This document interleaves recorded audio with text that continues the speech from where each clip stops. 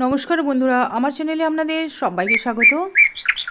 आज आमी आरेकटी नतून रेसिपि निये आपनादेर साथे एसे गेছি। तो एकटी नतून रेसिपि आपनादेर साथे आमी शेयर करছি। रेसिपिटी हच्छे पिठार रेसिपि। एकटी पिठे এখন তো শীতকাল চলছে, তো পিঠে সকলের বাড়িতেই বানাচ্ছে, সকলেই খাচ্ছে আর পিঠে খেতে আশা করি সকলেই ভালোবাসে। তো এটা আমি আজকে পিঠে বানিয়েছি। আজকে পিঠে আমি খুব সহজ পদ্ধতিতে আমি দেখাবো। আজকের খোলা ছাড়া মাটির খোলাতে অনেকে মাটির হাঁড়িতে বা মাটির কড়াতে আজকে বানিয়ে দেখায় বা আজকে বানায়। আমি মাটির হাঁড়িতে না বানিয়ে মাটির কড়াইয়ে না বানিয়ে আমি কিভাবে আমার রান্না করা কড়াইতে পিঠে বানালাম, এই আজকে পিঠে বানালাম, আমি সেটাই দেখাবো খুব সহজ পদ্ধতিতে এবং খুব তাড়াতাড়ি হয়ে যায় আর খেতেও খুবই সুস্বাদু, খুবই একটি টেস্টি পিঠে। আমি এটা খেজুর গুড় দিয়ে এই পিঠেটা পরিবেশন করছি। এটা বাটিতে আমার খেজুর গুড় আছে। এখন শীতকাল, শীতকালে পিঠে খেতে কিন্তু সকলেই ভালোবাসে আর এই পিঠেটা কিন্তু শীতকালেই হয়।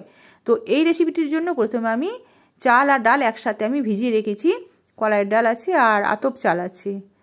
আতপ চাল আর ডাল একসাথেই আমি ভিজিয়ে রেখেছি, ঘন্টাখানেক ভিজিয়ে রেখেছি। এই হাতে করে তুলে দেখাচ্ছি। এরপর এটা আমি বেটে নেব, খুব মিহি করে কিন্তু বেটে নিতে হবে। আমি মিক্সিতে বেটে নিলাম, এই যে দেখাচ্ছি বাটা হয়ে গেছে। একটা পাত্রে আমি ঢেলে নিয়েছি চাল ডাল বাটাটা। তারপর পরিমাণ মতো লবণ দিয়ে দিলাম। এবার লবণটা দিয়ে খুব ভালো করে এটা ফেটিয়ে নিতে হবে। হাতে করে আমি ফেটাইনি, আমি হাতাটা দিয়ে এই ডাবুটা দিয়ে খুব ভালো করে কিছুক্ষণ ধরে ফেটিয়ে নিচ্ছি। যতটা ফেটানো হবে ততটা কিন্তু এটা ফুলবে। এতে আমি কোনো রকমভাবে বেকিং সোডা, বেকিং পাউডার এসব ব্যবহার আমি করিনি। এটা খুব ভালো করে আমি ফেটিয়ে নিচ্ছি, যেমনভাবে বেসন ফেটায়, বেসন যখন চপ করা হয় তো সেইভাবে আমি ফেটিয়ে নিচ্ছি হাতাটা করে অনেকক্ষণ ধরে, প্রায় 5 মিনিট ধরে এটা আমি ফেটিয়েছি।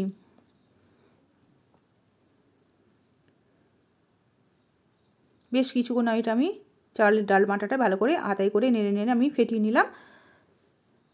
নেওয়ার পর এদিকে গ্যাসের উনানে আমি আগে থাকতেই কড়া বসিয়ে দিয়েছি, কড়াটা ভালো করে গরম করে নিয়েছি। এই কড়াইতেই কিন্তু আমি আজকে পিঠে বানিয়ে দেখাবো। তারপর একটা আলু কেটে নিয়েছিলাম, আলুতে একটু তেল বুলিয়ে নিয়েছি।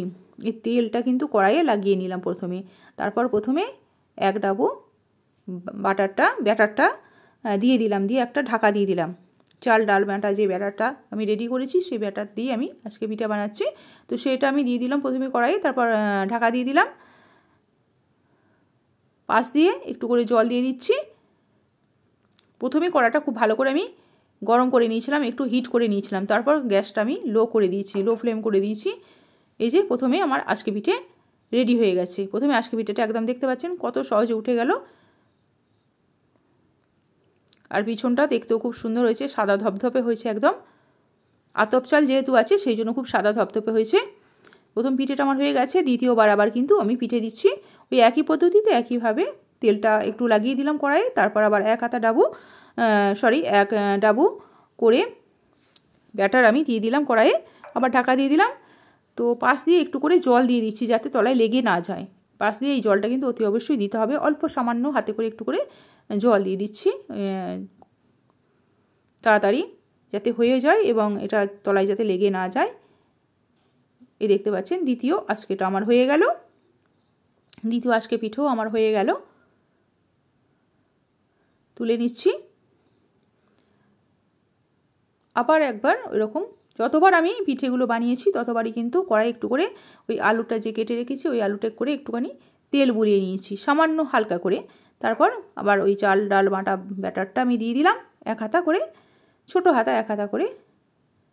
আবার হয়ে গেছে সেই একইভাবে ওইভাবে একটা একটা করে আমি সমস্ত আজকে পিঠেগুলো বানিয়ে নিলাম।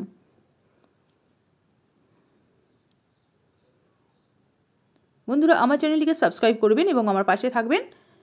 এতগুলো আজকে পিঠে আমার হয়েছে এবং আমি খেজুর গুড়ের সহিত পরিবেশন করছি। দেখতে কত সুন্দর হয়েছে দেখতে পাচ্ছেন।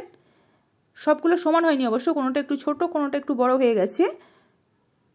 আমি একটা ভেঙে দেখাচ্ছি কতটা জালিদার পড়েছে, কতটা দেখতে পাচ্ছেন কত জালিদার পড়েছে। আজ আসি বন্ধুরা, আপনাদের সাথে দেখা হবে আবার পরের ভিডিওতে। ভালো থাকবেন সকলে, সুস্থ থাকবেন। দেখতে পাচ্ছেন আজকে পিঠে কতটা জালি পড়েছে। আমার আজকে পিঠে কিন্তু একদম রেডি হয়ে গেছে।